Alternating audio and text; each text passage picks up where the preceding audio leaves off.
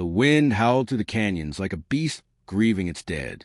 Snow, fine as sifted salt, sliced sideways across the valley, turning the open plains into a white abyss. Somewhere in that blizzard, barely visible beneath the skeletal arms of a lightning-struck cottonwood, a Mustang mare trembled in the shadow of labor. Her flank was streaked with sweat and ice. Her legs buckled and steadied and buckled again. She was alone, and she was losing strength. Her belly heaved with every contraction, muscles quivering from exhaustion and pain. Blood mixed with snow and thin rivulets beneath her, disappearing into the drifts. Her breath steamed violently from flared nostrils, each exhale a declaration of will against the night's cruelty. She didn't whinny, didn't call for her herd. She had been abandoned hours ago, pushed out by instinct and primal code. A mare in trouble was a danger to the others. And yet, something in her refused to collapse. The first sign of life came quietly. A slick mound of fur and trembling limbs slid onto the frozen ground, not moving. Not yet. Then, barely noticeable, a twitch, a flutter of one small ear. Then another. The foal, tiny and underweight, lay still for a long time before a sharp gust rattled the tree above him and stirred him into motion. He raised his head with difficulty. One eye glinted pale blue, the other a deep, alert brown. He did not cry. Instead, he crawled, uncertainly. The snow made a bed of thorns beneath his hooves. But he pushed forward. His legs were too long for his thin body, knobby and shivering. He fell, tried again, then stood, awkward and swaying. He turned, not to flee, but to press himself against the mare's flank, nestling close to the body that brought him into this world. The mare lowered her head, her eyes dim with weariness. She nuzzled him weakly, a touch more breath than contact. He didn't seem to notice. Or maybe he did, and this was his answer, standing, guarding, waiting for her to breathe easier. Miles away, Evelyn Cade's flashlight beam wobbled through the storm like a lost star. She walked with slow, methodical steps, each crunch of her boots a battle cry against the numb creeping up her calves. Her sheepskin coat was soaked through. Her lips were split and pale. But she wasn't the type to turn back once she committed to a search. "Come on," she muttered to herself, teeth clacking. "You didn't just vanish." She was supposed to be searching for a calf, one of the orphan ones that liked to wander past the fence near the ridge. Instead, something else had caught her attention earlier that day, a dark streak in the snow, barely more than a smudge on the hillside, a flash of a mane, or maybe just a trick of the light. She couldn't say why she'd turned off the ATV and started walking, only that something fell off, like the land was holding its breath. The wind dipped, and Evelyn lifted her head. A sound, not a cry, not a howl, a hush that wasn't silence. She crested the rise and squinted through the snow veil. The cottonwood loomed in the distance like a sentinel. Under it, shapes, not shadows, movement. She froze. A wild mare, no bridle, no brand, collapsed into the drift like a felled statue. And beside her, Evelyn's heart knocked once, twice. A foal, still damp, legs too thin, standing like he had no business doing so. She dropped to one knee behind a patch of brush, the storm hissing against her parka. Her breath clouded the air in quick bursts. She should leave, shouldn't interfere. While Mustangs weren't hers to save, it was dangerous, stupid even. Her husband, Mark, had once made that mistake. The memory sliced sharp in the wind. He'd tried to rescue a foal caught in barbed wire 2 winters ago. The mare panicked, charged. He died before the medevac even got a visual. Since then, Evelyn had locked that part of herself away, shut the gate on everything soft. But now, watching this impossible creature standing guard over his mother, her resolve trembled. She reached for her binoculars. The foal was staring straight at her, not startled, not curious, just aware. Their eyes locked. And in that moment, Evelyn felt something she hadn't in years. Weightless. The storm groaned louder. Wolves answered in the distance with ragged howls. Too close for comfort. The foal flinched and turned toward his mother, pressing against her chest with his shoulder like he could hold the world back with sheer will. Evelyn stood, lowered the binoculars. "Damn it," she whispered. She took the rifle from her shoulder, slung it behind her back, and began walking down the slope. Her boots sank ankle-deep, then shin-deep, but she didn't stop. Every step was an argument with herself, grief warring with instinct, logic battling mercy. By the time she reached them, the mare was struggling to breathe. Foam laced her lips. Her eyes fluttered but didn't focus. The foal stepped between her and Evelyn, barely up to her hip, but refusing to move. "Easy now," Evelyn murmured. The foal's ears flicked. He didn't bolt. She knelt slowly, setting her gloves on the snow. "You're not supposed to be here," she whispered. "Not in this storm. Not like this." He didn't answer, of course, but he didn't back away either. Evelyn touched the mare's side. It rose and fell in shudders. Her pulse faint, her time short. "You're dying, girl," Evelyn said gently, "but you held on long enough." The mare's head lolled slightly toward the sound of her voice, then dropped again. Evelyn took her coat off, lay it across the foal's back. He blinked at the contact, startled but still. She slid her arms beneath his chest and tried to lift. He resisted at first, small hooves scraping against ice, but then settled into her grip, almost collapsing with relief. She looked back once at the mare, now still. "I'll take care of him," she said aloud, though no one was there to hear it. "I swear." The walk back was brutal. The wind screamed and clawed at her, but Evelyn held him tight, her own strength failing with each step. The foal's heartbeat thudded against her ribs, warm and fragile, and steady. By the time the ranch's lights flickered in the distance, Evelyn was staggering. Her legs barely listened, but she didn't slow. She made it to the barn and kicked the door open with her last ounce of power. Jesse Holt, who had been finishing a feed run, looked up in shock. "Evelyn, what the hell?" "Blankets. Heat lamp. Now!" She gasped, crumpled her knees as the foal slipped gently from her arms. Jesse didn't argue. He ran. The barn filled with a flurry of motion, blankets, old towels, a heater dragged from the tool shed, milk formula quickly mixed from powder in Evelyn's emergency stash. The foal didn't move much, but his breathing was strong. And when Jesse stepped back and Evelyn whispered, "You're okay now," he opened both eyes again. One blue, one brown. Jesse stared. "That's rare." "Yeah," Evelyn murmured. "He's not normal." And then, as if to punctuate the impossible, the foal stood again. On his own, wobbly but upright. He turned his head slowly and walked, straight to Evelyn. She didn't breathe. He nudged her shoulder. A quiet, deliberate touch. Jesse said nothing, just watched.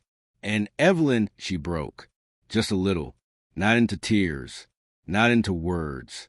She reached up and placed her palm on the foal's cheek. He leaned into it. Outside, the storm began to break, one snowflake at a time. The morning came quietly, pale light leaking through the warped barn slats like a sigh. Snow still blanketed the ranch, but it softened overnight. The wind had fallen silent, as if afraid to wake what had survived the storm. Evelyn stood near the stall, her hands wrapped around a chipped enamel mug gone cold. She hadn't slept. Her back ached from the barn floor, and her arms bore faint bruises where the foal had pressed against her in the night. But none of it mattered. Her eyes remained fixed on the colt nestled in a corner of straw, his legs tucked beneath him, head upright, gaze alert and unsettlingly calm. He had survived. More than that, he'd accepted her. The warmth that curled in her chest wasn't welcome. It was dangerous. That kind of softness had a cost, and she had paid it once already. Yet it was there, persistent, like a buried ember refusing to die. He make it through? Jesse's voice drifted in from the doorway. She turned. He leaned on the threshold, his coat dusted with frost, a sack of oats slung over one shoulder. He looked the same as always, wiry, understated, his left leg dragging a half-second behind the right, but his eyes gave him away. He'd stayed awake, too, just from the silence of his concern. "He's tougher than he looks," Evelyn said, "like someone I know." She allowed herself the briefest smile before looking back at the foal. He stood twice in the night, ate a little. I think he was waiting to see if I'd leave. Jessie walked over and lowered the sack. And I didn't. You named him. She hesitated. Naming things meant keeping them, meant attachment, meant risk. Then, without thinking, she murmured, Brave. The name settled in the air like dust on a beam of light. The foal's ears flicked toward the sound, and he blinked, as if he'd understood. Jessie nodded slowly. Brave. Huh. Fits. He crouched and offered his hand through the slats. Brave didn't shy away. Instead, he reached forward, snipped Jessie's fingers, and then licked them. Either he's got manners, Jessie said, or he thinks I taste like molasses. Don't flatter yourself. He chuckled softly. You thinking of keeping him? She didn't answer. They moved in silence for a while, checking Sorrel's body, already buried behind the barn, filling the foal's bucket with warm milk, layering extra straw for insulation. It was a quiet, coordinated dance, one they'd done 1,000 times over the years with calves and lambs and abandoned strays. But this was different. Brave wasn't ordinary. Every movement he made seemed too precise, too thoughtful for a newborn. He didn't just eat. He watched who fed him. He didn't stumble. He learned. And when Evelyn spoke, his ears always followed, even if his eyes didn't. By noon, the vet arrived, a brisk woman named Clara with wind-chapped cheeks and a leather satchel full of bad news. She examined Brave without ceremony, her brow tightening as she moved from hoof to rib to ear. Well, Evelyn asked. He's small, underweight, lungs sound clear, heart strong. Clara paused. But there's something odd. What kind of odd? Clara crouched and studied Brave's eyes. He reacts before I touch him. Anticipates. That's not usual. And the heterochromia, one blue, one brown, not unheard of, but rare. Rare's nothing new around here, Jessie said, chewing on a toothpick. Clara glanced at Evelyn. If you're keeping him, be ready. He's not going to be just another pasture horse. Evelyn folded her arms. I don't plan on keeping him. Clara stood. Maybe he plans on keeping you.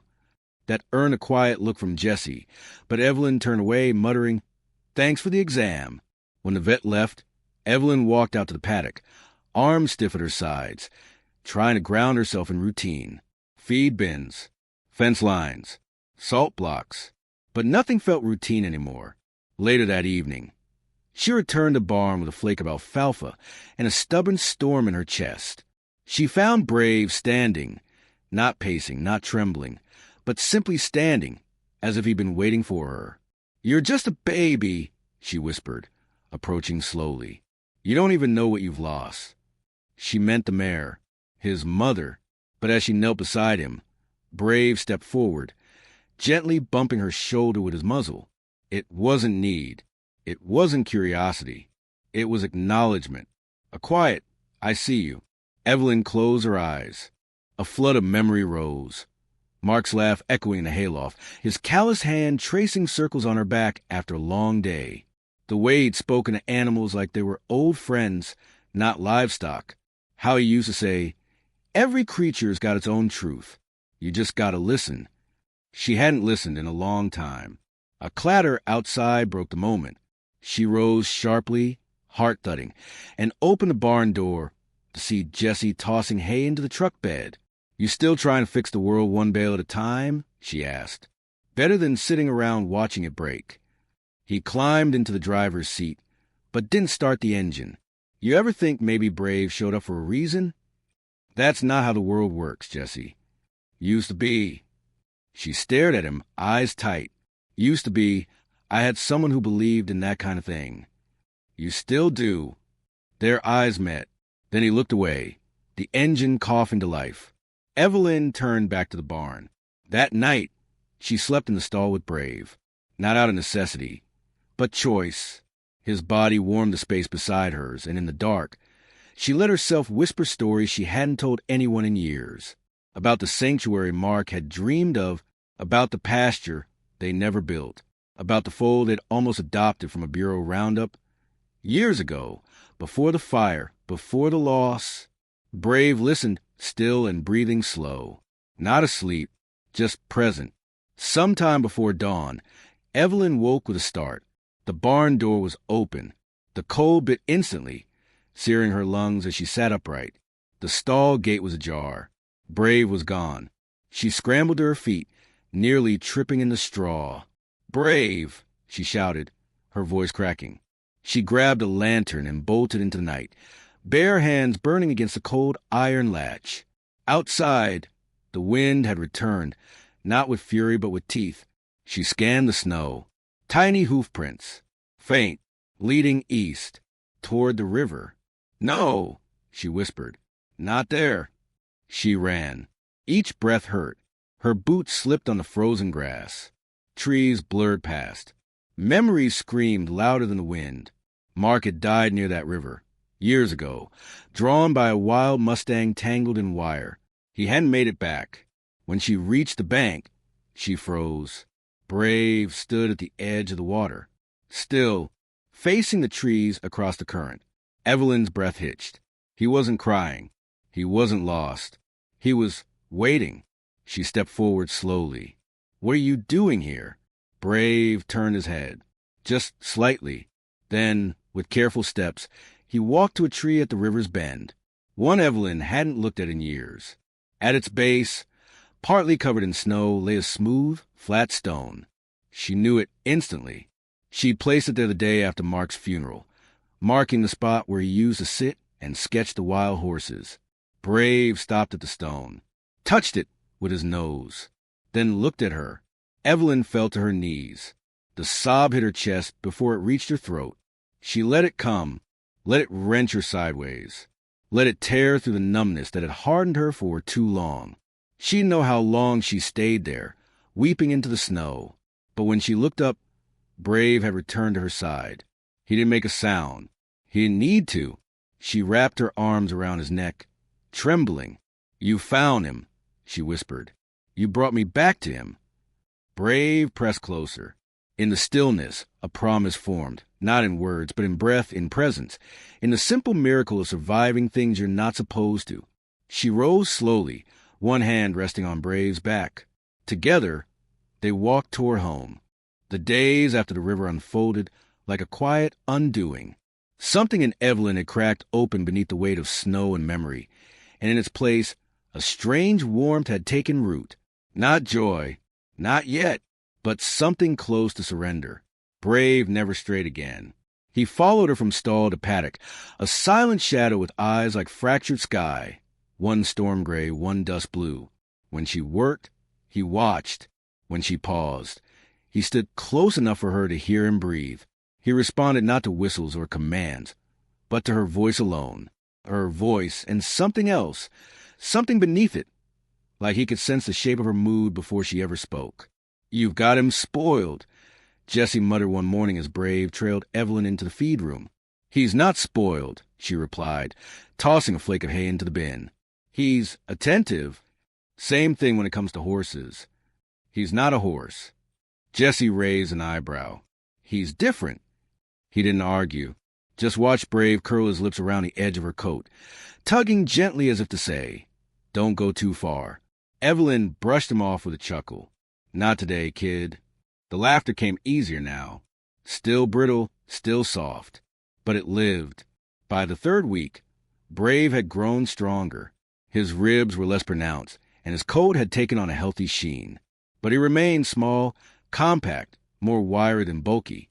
He still nuzzled Ghost, the old blind stallion Evelyn had rescued years ago. They shared a stall now, Ghost towering above him like a specter of another life. Strangely, it was Ghost who seemed to follow Brave, not the other way around. Evelyn first noticed it during a cold evening check. Brave trotted into corral, head high, hooves tapping the ground in a rhythmic, almost deliberate beat. Ghost followed him, nose just inches from Brave's hip. They moved in harmony. When Brave turned left, Ghost did the same. When Brave paused, Ghost stopped. There was no rope, no command, just unspoken rhythm. "Do you see this?" she said to Jessie, stepping back from the fence. He nodded. "It's not training. It's trust.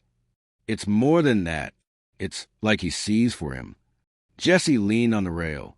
"Maybe he does." The next day, Clara came back with 2 interns in tow, young, bright-eyed, and ready with clipboards. Brave let them near, tolerated the stethoscope, even knows one of their jacket zippers.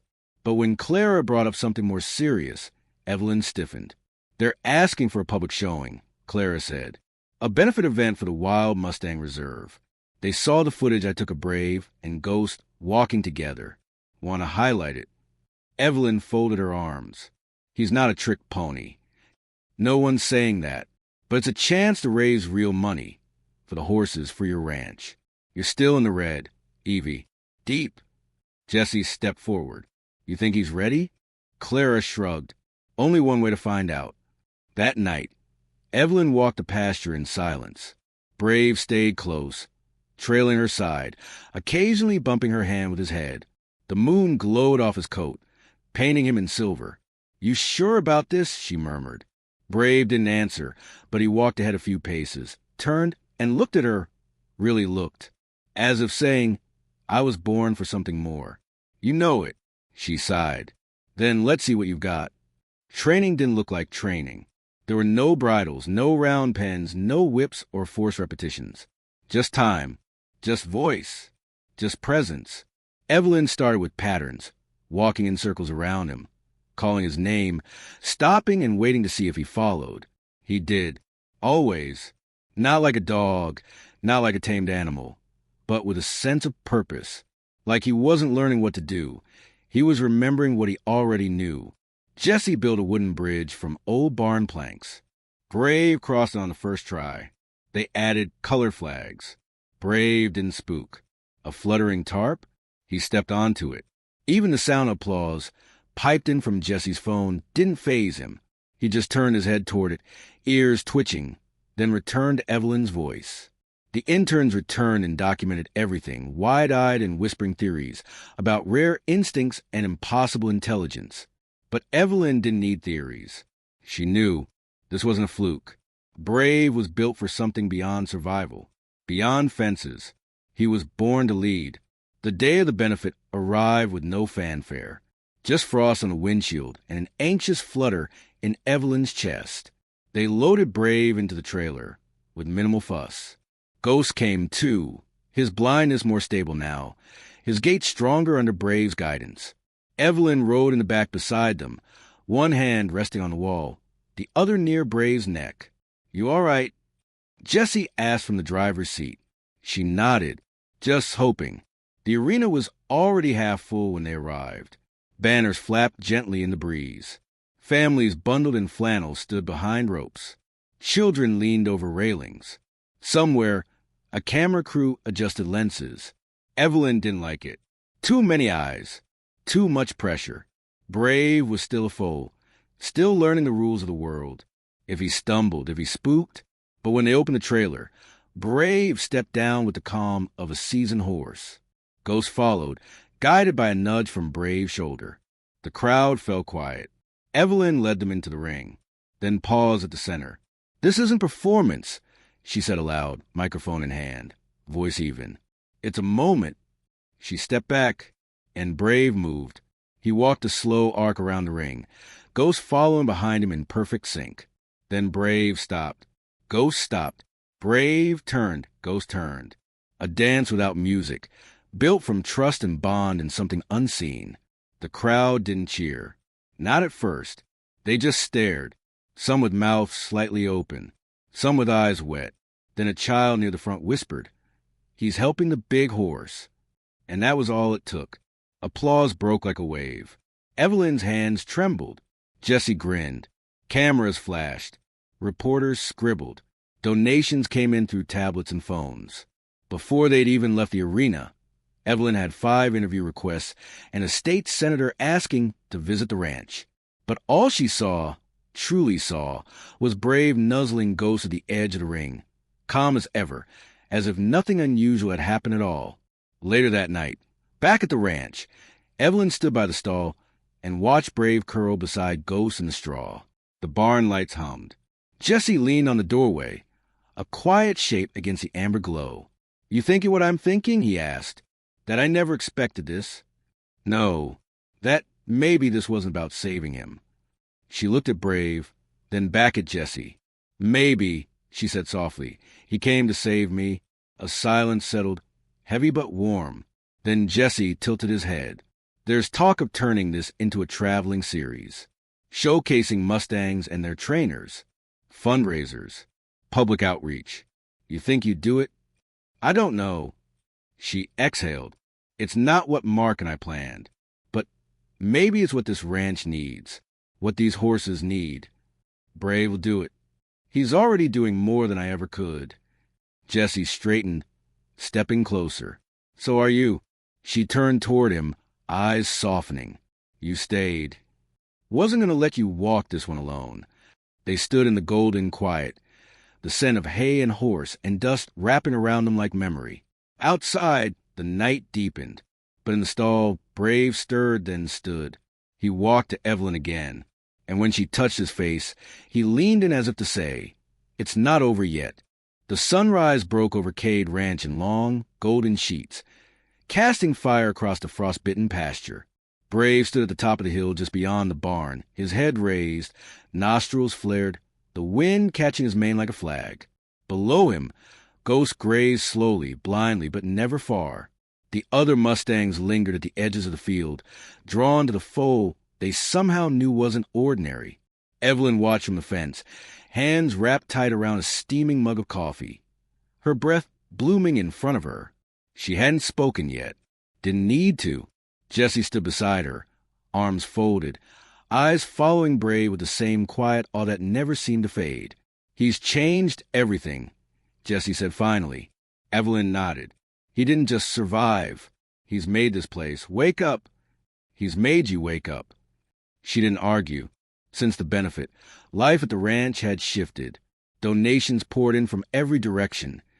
People moved by the footage of Foal leading a blind stallion across an arena.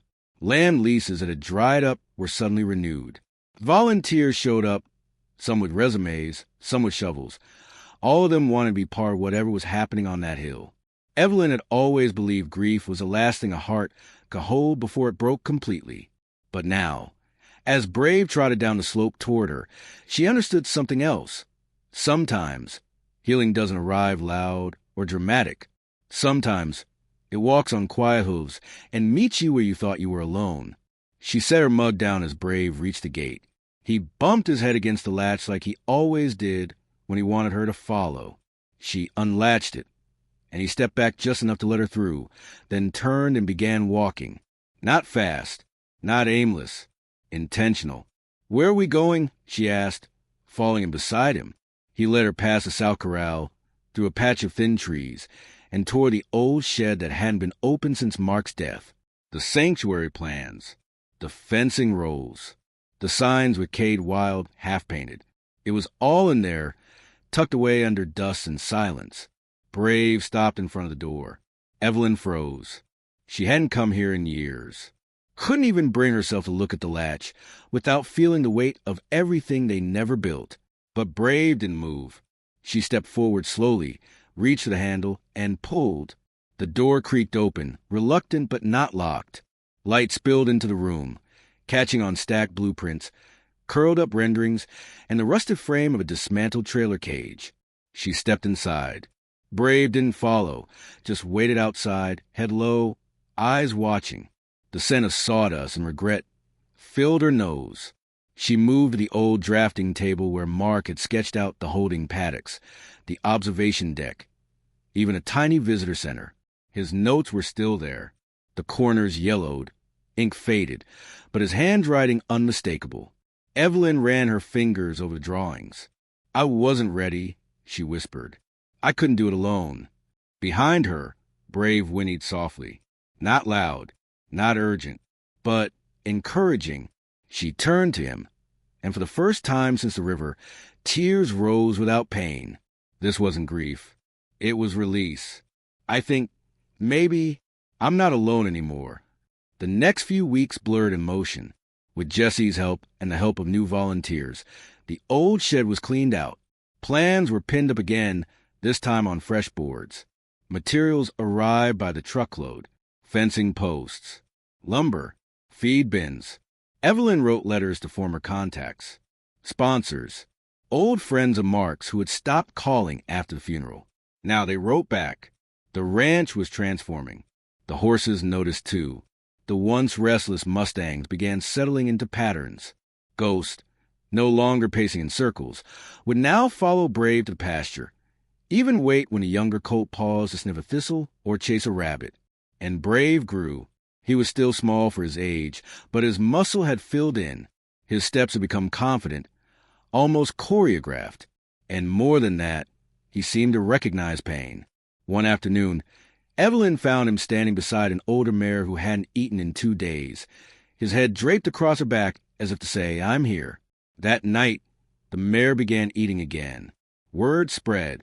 People came not to see Brave, but to feel him. Therapists brought children with speech delays. Veterans with war memories walked the pasture in silence, and when Brave brushed past them, they reached out as if instinctively, as if something in him knew exactly where their wounds were buried. Clara visited again, this time with a camera crew for a documentary pitch. She sat on the barn steps, holding her equipment bag and shaking her head as Brave gently nosed at her camera strap. "He's not just rare," she said. "He's tuned, like he operates on a different frequency." Evelyn smiled. "He listens where no one else does."